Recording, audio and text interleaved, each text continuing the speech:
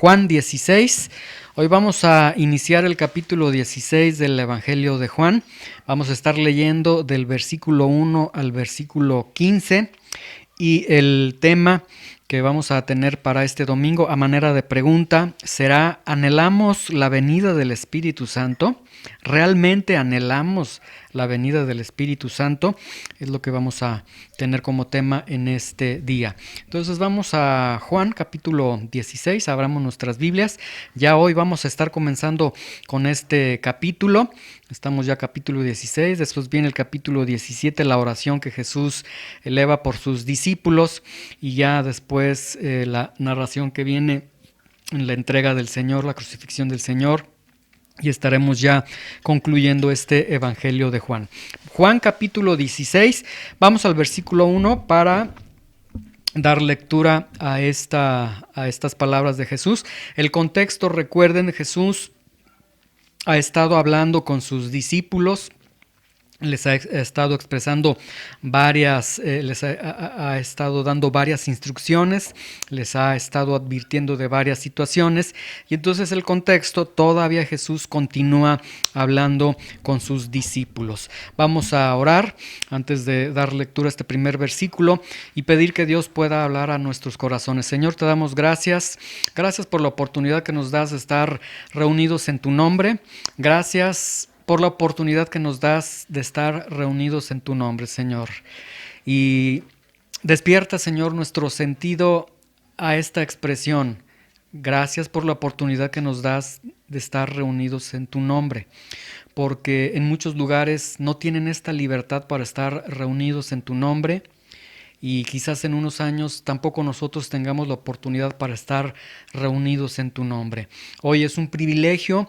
Además de un deber de estar reunidos, es un privilegio el poder estar reunidos, del cual te damos muchas gracias. Gracias porque todavía las leyes en nuestro país no interfieren en que podamos reunirnos en esta santa convocación el día de hoy para alabar tu nombre, para recibir de tu palabra, Señor. Gracias por ello. Y Señor, que tu Espíritu Santo hable a nuestros corazones, que tu Espíritu Santo nos guíe a través de tu palabra y que pueda, Señor, ministrar nuestros corazones, iluminar nuestros corazones, y que esta enseñanza se profundice en lo más interno de nuestro ser, Señor.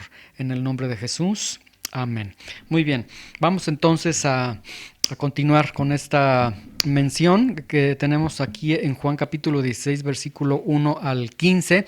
Como les dije, el contexto es: Jesús continúa hablando con ellos. El domingo pasado veíamos que Jesús les enfatizaba el que se amaran entre ellos, y vimos que la razón por la que les dice ámense entre ustedes, perdónense, sopórtense, etcétera, todo ello es porque en el mundo van a tener en verdad odio, rechazo, y entonces el Señor continúa hablando con ellos bajo ese tenor. Dice Juan 16:1: estas cosas yo les he hablado para que no tengan tropiezo. ¿Cuáles cosas? Bueno, Juan 15:18, por ejemplo, es una de ellas. Si el mundo les aborrece, sepan que a mí me ha aborrecido antes que a ustedes. O sea, ya les había anticipado: el mundo no los va a aplaudir, no los va a premiar, no les va a dar un Grammy. El mundo los va a aborrecer a ustedes. Juan 15:20. Acuérdense de la palabra que yo les he dicho: el siervo no es mayor que su Señor. Si a mí me han perseguido, también a ustedes los van a perseguir. Si han guardado mi palabra, también guardarán su palabra. Entonces, cuando en Juan 16:1 el Señor les está diciendo: estas cosas que yo les he hablado, se las he hablado para que no tengan tropiezo, lo que el Señor les está diciendo es una seria advertencia. Van a venir tiempos de gran presión sobre ustedes. Y de hecho, todos los discípulos fueron muertos, vinieron tiempos de gran presión sobre ellos. El único que quedó vivito fue Juan el Bautista, pero después de que fue echado en una olla de aceite hirviendo, entonces su cuerpo realmente estaba totalmente deshecho, sobrevivió a ello, pero todos los discípulos tuvieron ese aborrecimiento por parte del mundo, esa persecución del mundo por parte del mundo hacia ellos. Entonces Jesús les dice: se los digo ahora para que cuando suceda no sea tropiezo para ustedes. La palabra tropiezo viene del texto griego escandalizo, es decir, no se escandalicen el día de mañana cuando el mundo los esté aborreciendo, cuando el mundo incluso quiera hasta quitarles la vida, perseguirlos, no se escandalicen, que no sea un tropiezo esto, porque ya se los he dicho a ustedes, ya se los he advertido a ustedes. Ahora, en el versículo 2, Jesús comienza a darles una descripción de lo que les espera a los discípulos. Vean, dice, los van a expulsar de las sinagogas y aún vendrá la hora cuando cualquiera que los mate pensará que rinde servicio a Dios. Entonces vea, sobre los discípulos Jesús les está profetizando y les está diciendo, miren, los van a excomulgar de las sinagogas y los van a matar, ¿sí? La excomunión de las sinagogas ya lo habíamos explicado. Para un judío, el ser excomulgado o el ser expulsado de una sinagoga implicaba ser separado religiosamente, ya no podía entrar a ningún servicio religioso, ser separado socialmente, no podía interactuar con ningún otro judío, y ser separado comercialmente, no podían darle trabajo, no podía vender, no podía hacer nada para sostenerse. De hecho, habían normas que prohibían estar a 3 metros de distancia de alguien que había sido excomulgado de la sinagoga, y aquellos que habían sido excomulgados de la sinagoga ni siquiera tenían derecho a un funeral honorable. O sea, eran echados se me fue el nombre, a la parte común donde echaban a todos al basurero, donde echaban a todos los muertos, ¿sí? Entonces, para un judío, el ser expulsado de la sinagoga significaba muerte segura, porque no había forma, ya ni siquiera podías vender ni podías trabajar, estaba separado totalmente. Eso era lo que les espera a los discípulos. Y el Señor, de hecho, dice, y vendrá un momento en que cualquiera que los mate, es decir, el Señor dice cualquiera, puede ser un sacerdote, un rabino, un laico, un niño, cualquier persona, y aquellos que los maten a ustedes, vean, que los maten, no que les hagan viscos, no que les saquen la lengua, no que les levanten falsos, no, que los maten a ustedes, van a pensar que están rindiendo servicio a Dios, van a pensar que están rindiendo su culto religioso a Dios. Entonces Jesús les está profetizando persecuciones a todos ellos. Ahora, vamos al versículo 3. En el versículo 3 Jesús da la razón de por qué lo van a hacer. ¿Por qué una nación judía que tiene la ley de Dios? ¿Por qué una nación, la nación de Dios, que recibió directamente las tablas de la ley, directamente del dedo de Dios, la ley de Dios, reciben ellos la ley de Dios, porque ellos van a matar a los discípulos? Bueno, dice, harán esto porque no conocen al Padre ni a mí. Ellos cada sábado se reunían en las sinagogas, ellos conocían las escrituras, ellos memorizaban las escrituras, pero no conocían al Dios que revelaba las escrituras. Yo espero que esto no vaya a suceder con nosotros, que cada domingo conocemos las escrituras, que cada domingo exponemos las escrituras, pero que no conozcamos al Dios que está revelando las escrituras. Sería totalmente lamentable. Versículo 4 dice, mas les he dicho estas cosas. ¿Qué cosas? Que los van a expulsar de las sinagogas, que los van a matar incluso, para que cuando llegue el momento se acuerden de que ya se los había anticipado, que ya se los había dicho. Por eso Jesús comienza diciendo en el versículo 1, estas cosas les he hablado para que no tengan tropiezo. Entonces, el cristianismo que les esperaba a los discípulos era un cristianismo de: te van a excluir de la sociedad, del ambiente religioso, del ambiente laboral, de todo ambiente social, y te van a matar, ¿sí? Y la mera verdad, qué bueno que no estábamos nosotros ahí, ¿sí? Porque si pusiésemos nosotros un cristiano del día de hoy, imagínense, el cristiano del día de hoy, con un compromiso que le surge, con un descanso que quiere tomar, con un hoy no tengo ganas, él sencillamente dice, hoy no, Señor, hoy no puedo, hoy no quiero. Imagínense un cristiano. Trasladamos un cristiano del día de hoy a estos tiempos, se muere con lo que está diciendo el Señor, ¿sí? Pero si el Señor nos dijera a nosotros, y de hecho nos lo dice a través de los discípulos, también nos lo está diciendo, es que si tú me estás siguiendo a mí, te espera odio por parte del mundo. el mundo te va a querer separar, el mundo te va a estar señalando, el mundo incluso va a atentar contra ti. Entonces, por eso es que el Señor está diciendo, me quiero asegurar y les doy una orden, ámense entre ustedes. Si el cristiano no se ama, si los cristianos no se aman entre ellos, imagínense, el mundo no los va a amar, el mundo los va a destrozar. Entonces, por eso necesitamos nosotros obedecer este mandamiento. Ámense, así como Cristo nos ha amado, perdónense como Cristo nos ha perdonado, porque el núcleo de amor que tiene el cristiano es la iglesia, es la congregación de los santos, donde ahí está recibiendo el amor que no va a recibir en el mundo, porque el mundo te va a perseguir porque te pareces a Jesús, incluso va a querer quitarte la vida, ¿sí? Muy bien. Ahora, los discípulos entonces, obviamente ellos son carne, ellos cuando escuchan esto que el Señor ha dicho en el versículo 1, 2, 3 y 4, pues ellos comienzan a llenarse de tristeza y de temor. Vean el versículo 5 y 6. Dice, pero ahora voy al que me envió y ninguno de ustedes me ha preguntado a dónde vas. En otras ocasiones sí le preguntaron, pero ahorita es tanta ya el temor, la tristeza que tienen que ya su mirada de los ojos de los discípulos está centrada en que Jesús está diciendo, me van a expulsar de la sinagoga, me van a matar, ¿cómo es que cualquiera me va a poder matar a mí? Entonces Jesús les dice, ahora que me voy al que me envió, ninguno de ustedes me está preguntando a dónde vas. Antes, porque les he dicho estas cosas, tristeza ha llenado su corazón. Entonces, si nos ponemos en los zapatos de los discípulos, vemos que el panorama para los discípulos se está tornando totalmente gris. Para el Señor ellos dicen, bueno, el Señor dice que le espera la cruz. Y para nosotros nos espera que nos van a expulsar de las sinagogas, que nos van a matar. Entonces ellos dicen, pues híjole, ¿qué futuro nos está esperando? ¿Sí? Lamentablemente la tristeza les invade a ellos, pero la tristeza de ellos, por lo que ellos van a sufrir, no por lo que el Señor va a sufrir, ¿sí? Y ellos se olvidaron, al igual que nosotros también nos olvidamos muchas veces cuando vivimos situaciones difíciles, ellos se olvidaron de que Jesús les había dicho que Él iba a resucitar, que Él iba al cielo a preparar morada para ellos, que Él iba a regresar por ellos, que Él les iba a enviar al Espíritu Santo, ¿sí?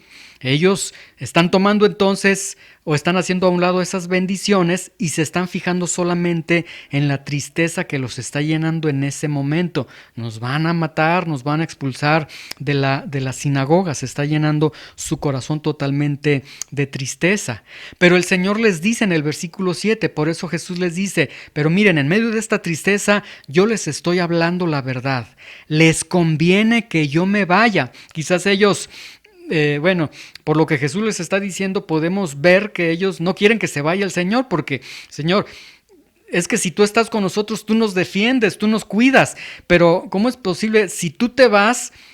Pues tú mismo nos estás diciendo que nos van a expulsar de las sinagogas, que nos van a matar, Señor. Y Jesús les dice, miren, les conviene que yo me vaya, porque si no me voy, entonces el Consolador no vendrá sobre ustedes, mas si yo me voy, se los voy a enviar, ¿sí? Entonces, lo que Jesús está diciendo, les conviene que yo me vaya, porque si yo me voy, viene el Espíritu Santo, ¿sí? Entonces, vean nuevamente, aquí Jesús está hablando de la venida del Espíritu Santo. Jesús les está diciendo, vendrá el Espíritu Santo, pero quiero que vean las acciones. Se dan dos acciones. Acción número 1, Jesús se va.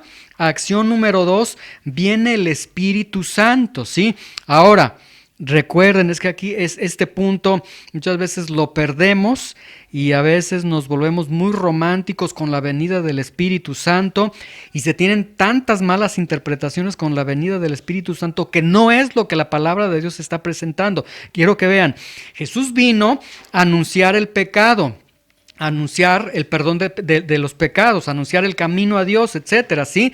El mundo lo rechazó al grado de crucificarlo, al grado de matarlo. Entonces Jesús se va al Padre pero viene el Espíritu Santo. Entonces, entendamos esto. El Espíritu Santo viene en un contexto donde el mundo ha rechazado, ha odiado y ha dado muerte al Hijo de Dios. ¿Sí? Este es el contexto en el que viene el Espíritu Santo al mundo. Entonces, vean la función que tiene el Espíritu Santo. El Espíritu Santo entonces tendrá una doble función. Una función que tiene que ver hacia el mundo y una función que tiene que ver con los discípulos. Vamos a ver la primera función que tiene el Espíritu Santo en cuanto al mundo. Pero no olvidemos, el Espíritu Santo viene a un mundo que ha rechazado a Jesús, que ha odiado a Jesús y que ha dado muerte al Hijo de Dios. Vean el versículo 8.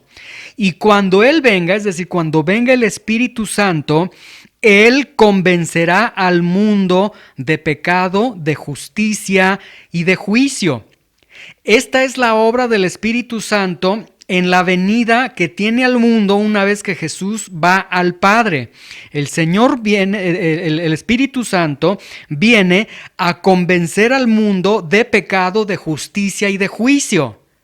La Biblia no nos está hablando que el Espíritu Santo viene al mundo a traer sanidades, a traer prosperidad, a traer milagros y a traer un escándalo de ¿qué necesitas? Ven, aquí el Espíritu te lo va a dar. Jamás lo está presentando así el Hijo de Dios. Nunca lo presentó de esa forma. ¿Sí? Por eso yo estoy haciendo esta transición. Jesús se va, pero Jesús se fue odiado, rechazado, por el mundo. Viene el Espíritu Santo a un mundo. ¿Ustedes creen que el Espíritu Santo vendría a premiar a un mundo todavía? Te voy a sanar. Tú que mataste al Hijo de Dios, tú que te rebelaste con el Hijo de Dios, vengo a resolver tus problemas. No, el Espíritu Santo, por eso nuevamente digo, no viene a traer sanidades, no viene a traer prosperidad, milagros en un mundo que ha aborrecido al Hijo de Dios. Lo que viene a hacer es más que milagros. Viene a convencer a un mundo de pecado, de justicia y de juicio, ¿sí? Y entonces, aquí yo quiero que veamos que la primera función que tiene el Espíritu Santo, y es una función que tiene que ver o que tuvo que ver con nosotros si es que estamos caminando con Dios, y si no estamos caminando con Dios, es una función que tiene que ver con nosotros. Entonces, el Espíritu Santo viene directamente al mundo con un propósito. Voy a convencer al mundo de pecado, voy a convencer al mundo de justicia, voy a convencer al mundo de juicio, ¿sí? Ahora, ¿cómo va a convencer al mundo de pecado, de justicia y juicio? Ahora, bueno, ¿qué es mundo? Mundo se va a entender todas aquellas personas que están sin Dios, que están contra Dios, que bajo este contexto estoy hablando, rechazaron, persiguieron, mataron al Hijo de Dios. Viene a ese mundo, ¿sí? Ese mundo, ¿cómo es que lo va a convencer? Bueno, vamos a Juan 15:27 para que veamos cómo el Espíritu Santo va a convencer a ese mundo. Y tiene que ver con los discípulos, tiene que ver con cada uno de nosotros. Juan 15:27 dice, el Espíritu Santo dará testimonio porque han estado conmigo desde el principio. ¿Dice así? Dice, y ustedes, los discípulos, ustedes van a abrir su boca, ustedes van a dar el evangelio, van a hablar porque han estado conmigo desde el principio. Entonces dice nuestro texto, vamos a regresar nuevamente a Juan 16:8, cuando venga el Espíritu Santo va a convencer al mundo de pecado, de justicia y juicio. ¿Cómo los va a convencer? A través de los discípulos. Vean, si de por sí el mundo va a aborrecer a los discípulos, los va a odiar, los va a querer matar, está diciendo que entonces los discípulos van a estar llenos de un gran poder, del poder del Espíritu Santo, y a partir del poder que ellos, con el que son ungidos, con el que son llenos del Espíritu Santo, ellos abren su boca y comienzan a compartir las verdades de Dios, y esas verdades de Dios van a convencer al mundo de pecado, de justicia y de juicio. Ahora, ¿qué significa convencer? ¿Acaso convencer significa que viene el Espíritu Santo y el mundo pecador, el Espíritu Santo le dice, te convenzo de pecado, de justicia y juicio, y el mundo dice, ya me convenciste, sí, soy pecador? No. ¿Qué significa la palabra convencer? La palabra convencer significa poner en evidencia, mostrar la culpabilidad. Vean nada más la función que tiene el Espíritu Santo en el mundo. Yo no sé de dónde entonces se está sacando que campañas con el Espíritu Santo, donde el Espíritu Santo al mundo le está dando beneficios de sanidad, de prodigios, de resolver sus problemas, de prosperidad. Ese no es el Espíritu Santo. El Espíritu Santo viene a poner en evidencia de cada corazón incrédulo, a mostrar la culpabilidad de pecado en cada corazón incrédulo. Entonces, la obra del Espíritu Santo, vean, es una obra que estoy seguro que el mundo no quiere, porque el Espíritu Santo viene a probar la culpabilidad al mundo, a ponerles las evidencias. Ustedes son culpables, ¿sí? Es a lo que viene el Espíritu Santo. Si se hiciera una campaña en verdad, vamos a tener una tarde con el Espíritu Santo, no habría gente, porque tendríamos entonces que predicar el Evangelio y decirles: ustedes crucificaron al Hijo de Dios, por tus pecados tú has crucificado al Hijo de Dios, y te muestro con la palabra de Dios que tú eres culpable. Aquí está toda la evidencia de tu culpabilidad. Ninguna persona se acercaría, todos se irían, porque irían y dirían: ¿dónde están los milagros? ¿Dónde está el dinero? Yo quiero el polvo de oro, yo quiero tantas cosas, y eso no está diciendo la Biblia. Veamos qué importante es escudriñar la Escritura para entender lo que Jesús está hablando de la venida de su Espíritu Santo y la función que tiene el Espíritu Santo en el mundo. Jamás está refiriendo a ello. La obra entonces del Espíritu Santo es una obra de confrontarlos y de llevarlos a una culpabilidad, y que el mundo diga: soy culpable de pecado, de justicia y de juicio, ¿sí? Vamos a abrir rápidamente la Biblia. Juan 16:9. Dice va a convencer al mundo de pecado, justicia y juicio. Ya les expliqué, convencer significa mostrar la culpabilidad, poner la evidencia. Juan 16:9 dice: de pecado, por cuanto no creen en mí. ¿En qué consiste esta obra que hace el Espíritu Santo de convencer de pecado al mundo incrédulo? Bueno, Salmo 14:1. Si pueden moverse rápido ahí, si no, quédense ahí en Juan 16:9. En el Salmo 14:1 se nos dice lo siguiente: dice el necio en su corazón: no hay Dios. Se han corrompido, hacen obras abominables, no hay quien haga el bien.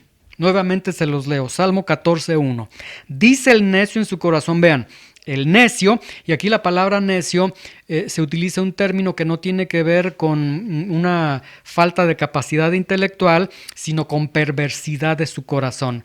Dice el perverso en su corazón: no hay Dios.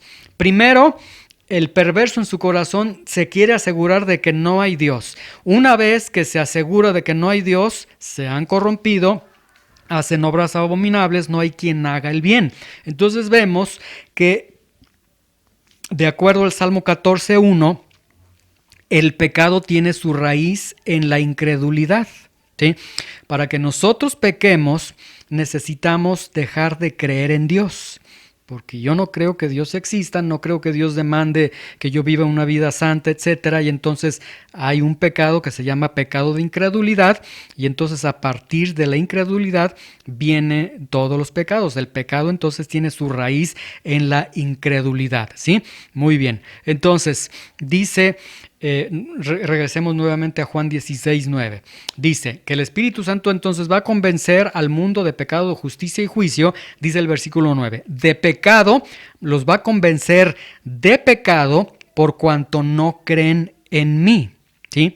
Ahora, si ustedes ven ahí, se está presentando en singular. Vean que no dice los va a convencer de pecados, de sus adulterios, de sus mentiras, de sus robos. No, dice de pecado, se presenta en singular.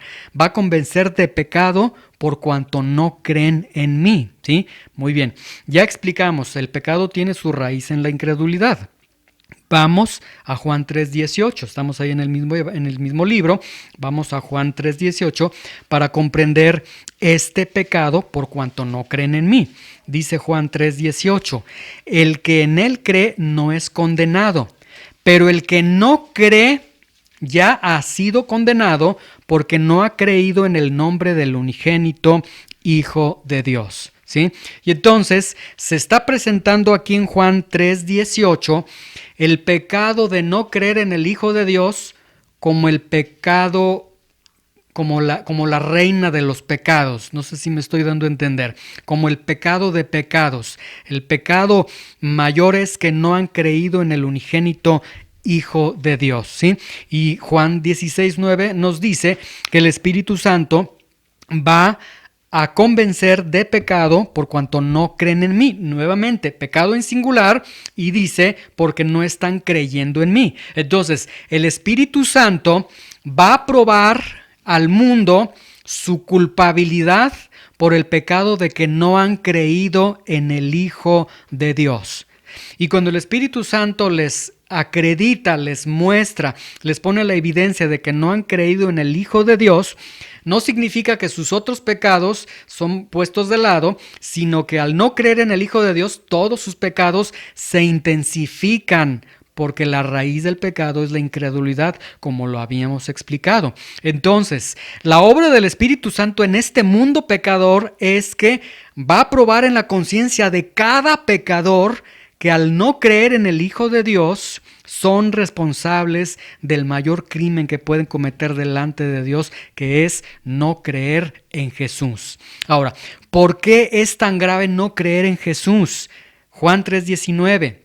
Vamos a leerlo, vamos a Juan 3:19 rápidamente, retrocedemos unos capítulos hacia atrás.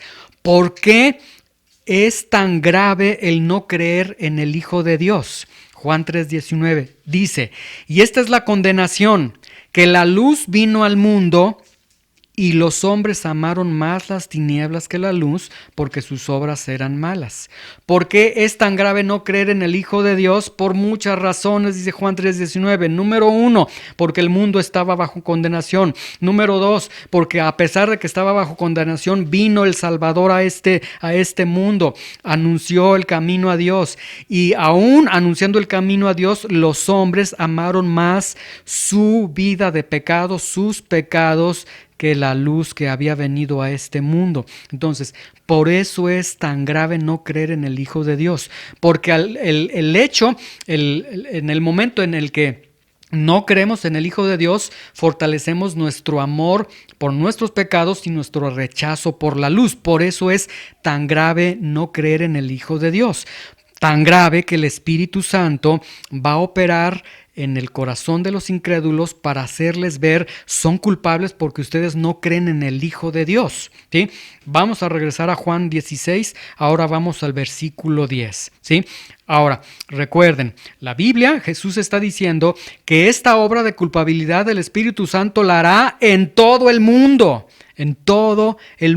¿sí? Versículo 10. También en todo el mundo incrédulo, el Espíritu Santo va a convencer de justicia, por cuanto voy al Padre y no me verán más. ¿Qué significa esto de justicia? Bueno, va muy ligado con lo que Jesús acaba de decir al final, de justicia, por cuanto yo voy al Padre y no me van a ver. Había dos aspectos que ya iban a suceder a partir de que Jesús ascendiera al cielo. Ya no me van a ver más y yo voy al Padre. Entonces el punto es que si Jesús logra ir al Padre, es porque Jesús resucitó del sepulcro. Y si Jesús resucitó del sepulcro, es porque entonces efectivamente Él era el Hijo de Dios, era el enviado de Dios. Dios aprobó su vida, aprobó su ministerio, aprobó todo lo que hizo, tan lo aprobó que se fue al cielo con el Padre. Entonces, el hecho de la ascensión de Jesús al cielo con su Padre es la prueba fundamental que tenemos de que realmente era ser quien decía que era, que entonces realmente Él era el Hijo de Dios, Él era el justo de Dios. Entonces dice Juan 16:10, el Espíritu Santo va a convencer de justicia, el Espíritu Santo va a acreditar, va a poner las evidencias de la justicia del Hijo de Dios en el corazón de todos los incrédulos, y al mostrarles la justicia del Hijo de Dios, les estará mostrando su propia injusticia. Ustedes son los que se equivocaron. Ustedes dijeron que tenía demonio, ustedes dijeron que estaba loco, ustedes dijeron que era un pecador. No es cierto. El loco, el endemoniado, el pecador son ustedes, porque el hecho de que Él ya no esté con nosotros, que no lo veamos y que haya subido con el Padre, es señal de que Él era justo, ¿sí? Y al ser justo, entonces el Espíritu Santo va a acreditarle a cada pecador su injusticia. A cada pecador le estará diciendo: déjate de llamar justo, déjate de llamar no soy tan malo, déjate de llamar a yo sí soy bueno, porque tú eres injusto, porque Jesús probó su justicia y se acreditó tu injusticia. Y luego vamos a Juan 16:11, el tercer aspecto de esta obra de convencimiento que hace el Espíritu Santo. Dice, versículo 11, y de juicio, por cuanto el príncipe de este mundo ha sido ya juzgado. Y este texto, algunos dicen de juicio, es un juicio para Satanás, no un juicio para las personas, pero no realmente. Si lo leemos bajo su contexto, vean, y de juicio, va a convencer de juicio, por cuanto el príncipe de este mundo ya ha sido juzgado. Pero vamos a Juan 12:31 para poder tener un poco de contexto. Juan 12:31 dice: ahora es el juicio de este mundo, ahora el príncipe de este mundo será echado fuera. Entonces, Juan 16:31 nos dice que el príncipe de este mundo será echado fuera. Juan 16:11 nos dice que el príncipe de este mundo ya ha sido juzgado. Entonces, el príncipe de este mundo, bueno, sabemos es Satanás, el hombre fuerte, que es identificado en los evangelios como el hombre fuerte. Él ya es echado fuera, ya es juzgado. ¿Cómo fue echado fuera? ¿Cómo fue juzgado? Con la muerte de Jesús. Es decir, con la muerte de Jesús en la cruz del Calvario, se rompió el poder que tenía Satanás sobre el mundo incrédulo, de esclavizarlos, de llevarlos a la oscuridad. Y ahora entonces, como se rompe ese poder que tenía Satanás sobre el mundo, entonces ahora el Espíritu Santo puede convencer, puede entrar a los corazones y puede llegar las palabras de Dios a ellos, y el Espíritu Santo va a usar esas palabras en estos corazones, porque ya no están bajo el dominio total de Satanás, y la obra del Espíritu Santo entonces estará obrando en este mundo, ¿sí? Entonces, y de juicio, por cuanto el príncipe de este mundo ha sido neutralizado, ha sido quitado su poder, su dominio, y entonces ahora el Espíritu Santo está convenciendo a este mundo pecador de pecado, de justicia y de juicio, ¿sí? Y surge una pregunta. Bueno, pero ¿qué de aquellos que dicen que no tienen el más mínimo sentido de culpabilidad? ¿Qué de aquellos que dicen yo no creo en el Hijo de Dios, yo soy ateo? ¿Qué de aquellos que dicen yo tengo buenas obras? ¿Qué de aquellos que dicen yo no necesito a Dios, yo no soy tan malo, yo estoy bien así? ¿Qué de aquellos? Bueno, recordemos, el Espíritu Santo, Jesús dijo, viene a convencer al mundo, viene a convencer incluso a esas personas. Pero recordemos también, el Espíritu Santo no viene a producir emociones o sentimientos, sino viene a probar la culpabilidad.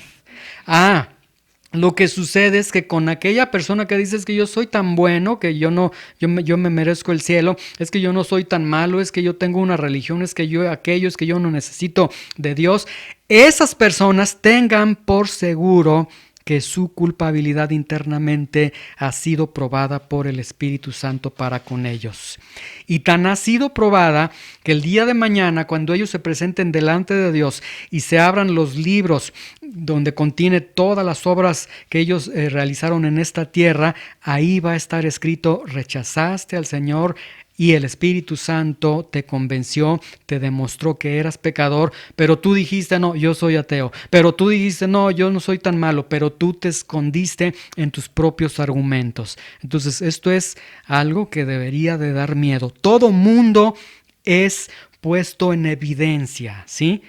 Que el mundo argumente y que diga, tengo una religión, no tengo necesidad de esto, aquello, son sus propios argumentos. Pero los argumentos, la evidencia del Espíritu Santo sí estuvo en el corazón de cada uno de ellos. Vamos a Efesios 4:18 y 4:19 para que entendamos cómo trabajan estas personas que dicen, yo soy tan bueno, yo no necesito de Dios, yo aquello y yo estoy bien, para que vean cómo es que ellos mismos se defienden o se tratan de hacer inmunes ante esta evidencia que presenta el Espíritu Santo en sus corazones a través de la palabra que les hablan los discípulos de Dios. Efesios 4:18 y 4:19. Y vean cómo de esta forma sí es posible que entonces una persona no sienta la mínima culpabilidad, aun cuando el Espíritu Santo, quien es Dios, esté convenciendo al mundo de pecado, de justicia y juicio. Dice Efesios 4:18, teniendo el entendimiento entenebrecido.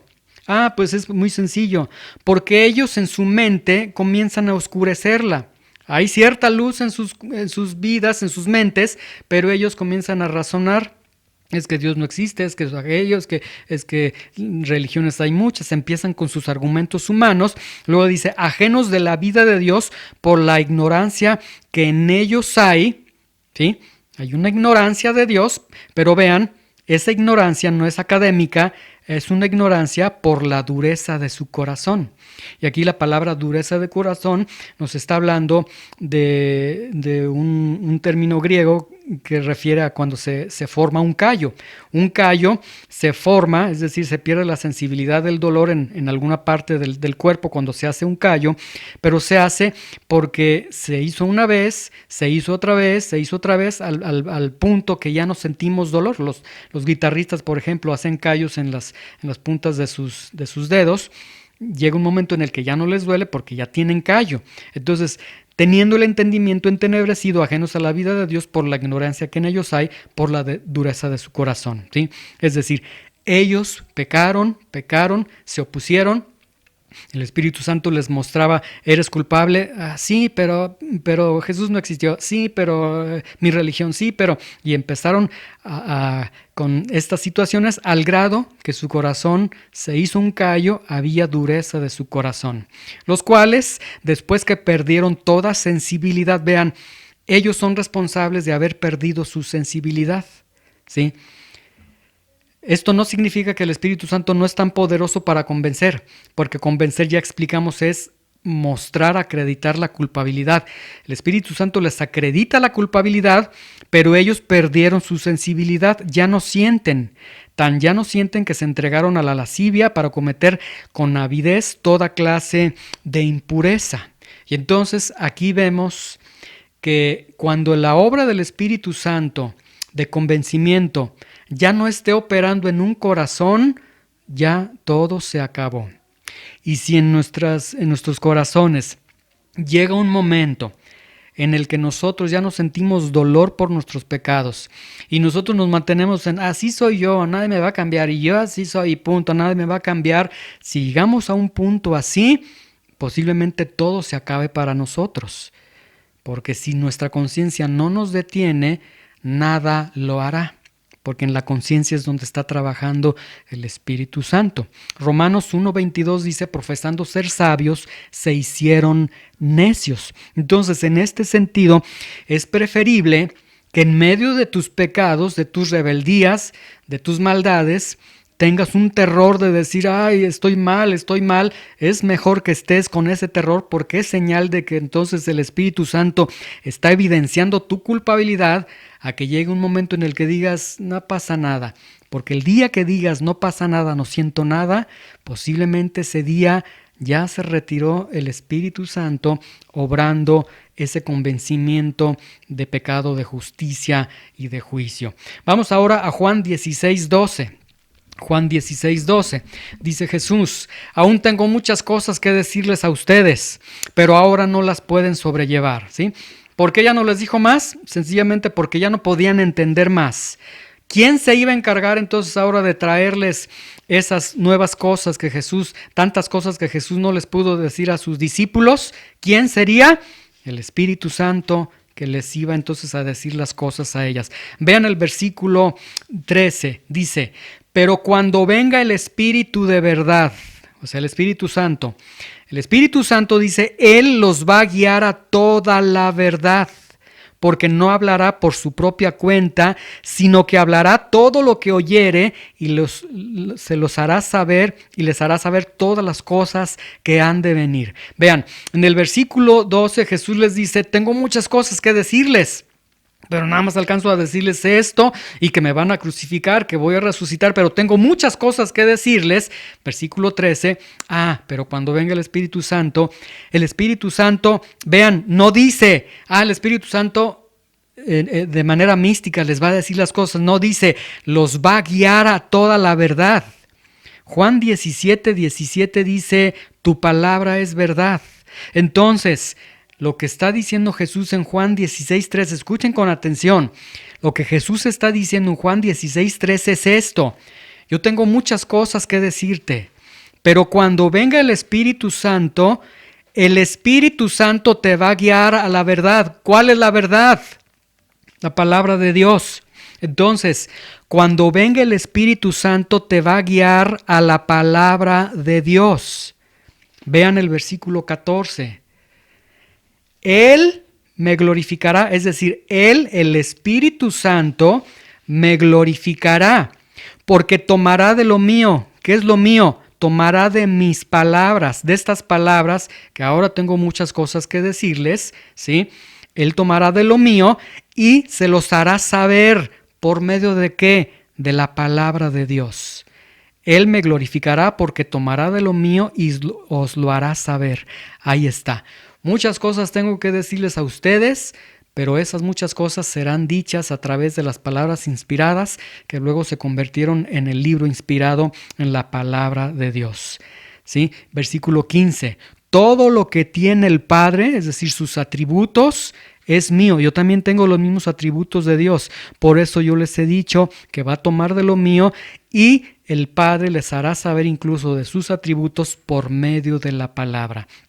Nuevamente, vean cómo en Juan 16, 13, 17 y 15 está una relación muy estrecha entre Espíritu Santo y la palabra de Dios.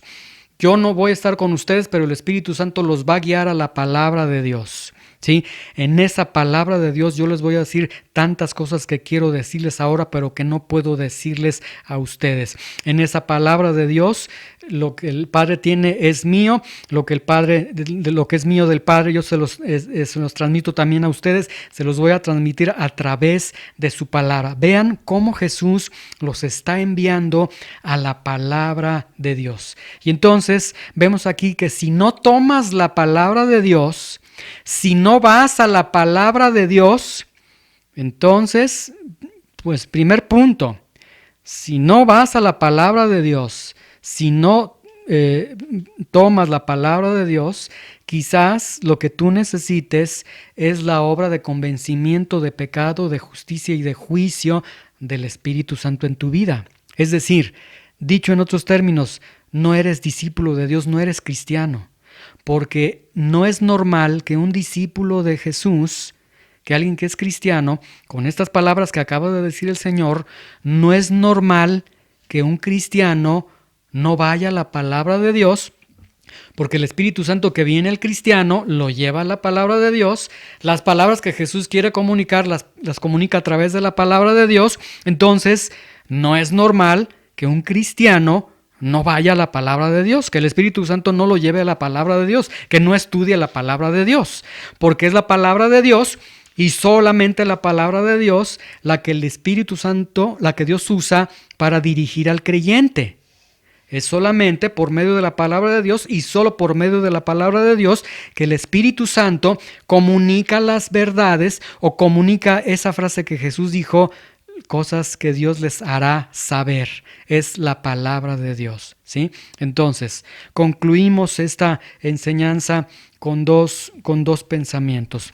El primer punto es que la promesa de la venida del Espíritu Santo es una realidad. Es una realidad.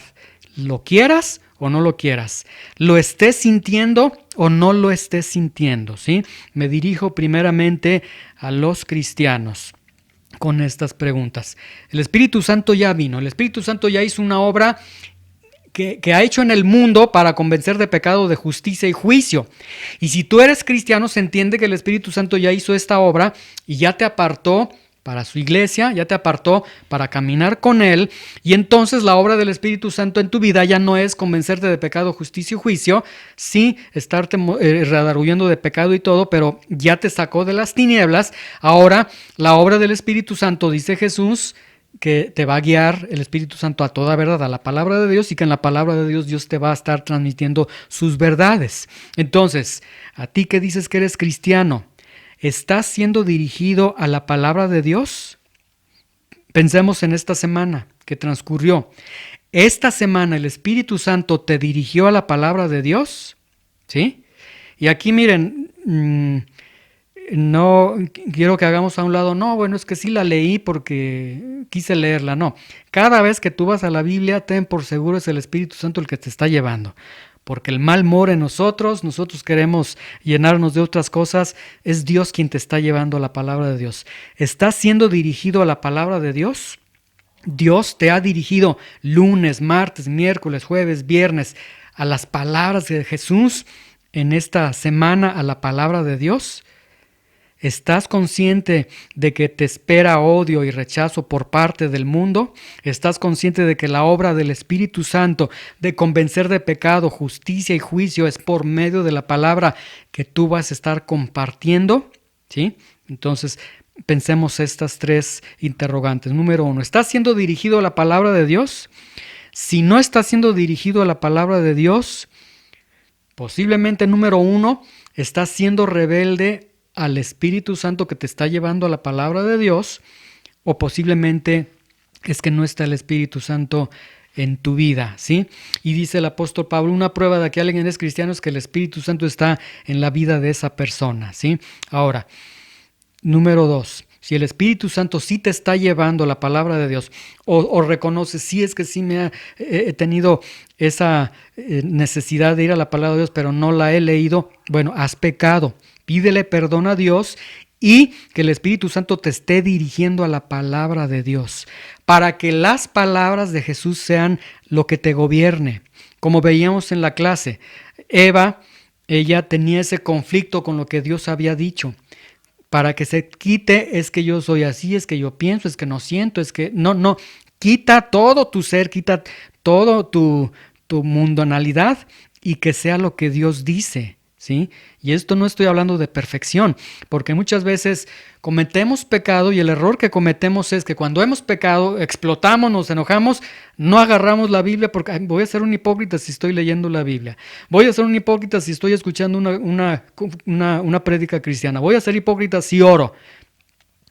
Debería de ser al revés, no, pues como ya exploté, como ya pequé, necesito más ir a la palabra de Dios. Entonces, si estás siendo dirigido a la palabra de Dios, pero no has obedecido, es un pecado grave, porque entonces no hay forma de que Dios te hable. La única forma que Dios te va a hablar es a través de la palabra, no a través de un sueño, no a través de que se te apareció, no a través de que sentí que Dios me habló, que Dios me dijo, no, es a través de la palabra de Dios. Y el siguiente punto es que necesitas estar consciente de que vas a recibir odio y rechazo por parte del mundo. No te va a aplaudir, te va a querer crucificar, ¿sí?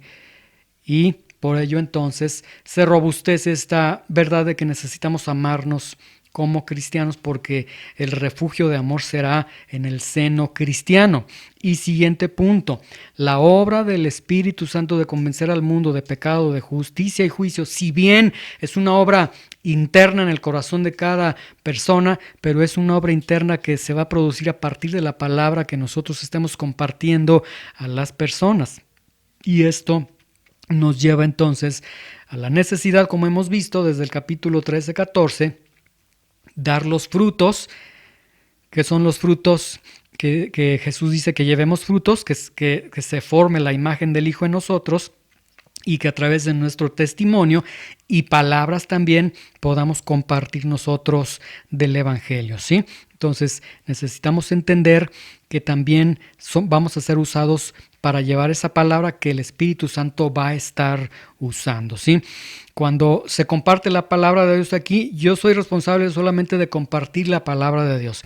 El Espíritu Santo es quien operará en cada uno de ustedes y los convencerá a cada uno de ustedes. Mi función termina hasta exponer la palabra de Dios. Siguiente punto.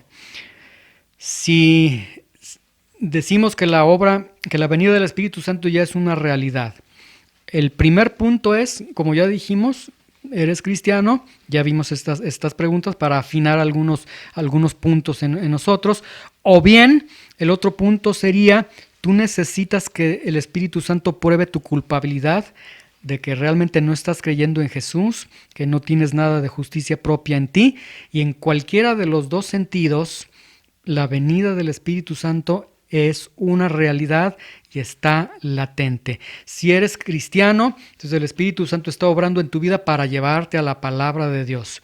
Te lleva a la palabra de Dios, te transforma y te lleva al punto de compartir la palabra de Dios. Si no eres creyente, entonces el Espíritu Santo está obrando en tu vida para convencerte de pecado, de justicia y de juicio, para decirte: eres culpable por no creer en el Hijo de Dios, eres responsable por la muerte de Jesús, no hay nada de justo en ti, no hay nada de bondad en ti. No hay ni un gramo, ni tu religión te puede dar un solo gramo para que tú digas: yo merezco al cielo. Y entonces, en ese sentido, ya sea uno o ya sea otro, por eso puse al título de esta enseñanza: anhelamos la venida del Espíritu Santo, porque en cualquiera de los dos sentidos el Espíritu Santo va a producir un resultado. Si eres creyente, te va a llevar a la palabra de Dios. Si no eres creyente, te va a llevar al arrepentimiento. Pero en cualquiera de los dos, el Espíritu Santo va a obrar de una manera fuerte, poderosa en la vida de cada uno de nosotros. Y realmente, la venida del Espíritu Santo no es algo que anhele el mundo. Es más, yo veo que es algo que ni los cristianos anhelan, porque ¿cómo veríamos el anhelo por la venida del Espíritu Santo? Si viene el Espíritu Santo, tendríamos muchos cristianos que van a la Biblia, y no tenemos muchos cristianos que van a la Biblia. Les cuesta escuchar un sermón, les cuesta leer sus Biblias, no agarrarían la Biblia en la semana, señal de que si viene el Espíritu Santo no le darían una bienvenida.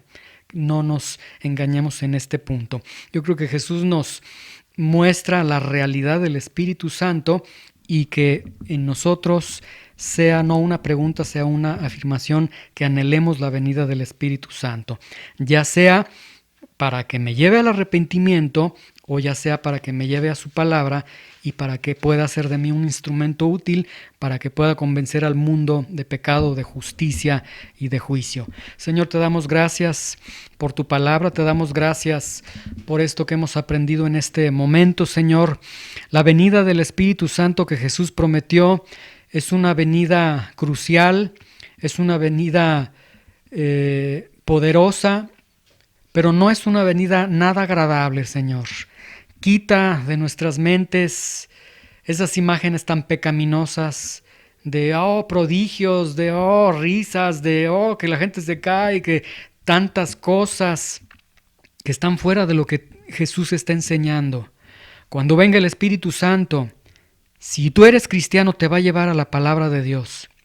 Te va a llevar a que pases horas en la palabra de Dios, a que escudriñes la Escritura, a que seas confrontado por la palabra de Dios, a que tu vida sea cambiada por la palabra de Dios, que tu vida sea dirigida por la palabra de Dios y que compartas la palabra de Dios a un mundo incrédulo. Y si no eres hijo de Dios, te va a llevar al convencimiento de que tú eres pecador. Pero desgraciadamente, Señor, el hombre es tan hábil que puede poner sus argumentos ante esta obra del Espíritu Santo y decir: yo no necesito, yo soy bueno. Señor, líbranos de ello. Que la conciencia en cada uno de nosotros nunca se apague, Señor. Preferimos estar siendo atormentados por nuestra conciencia hoy, Señor, por cada pecado que cometemos de manera deliberada, Señor, a ser atormentados por nuestra conciencia en un infierno eterno, Señor.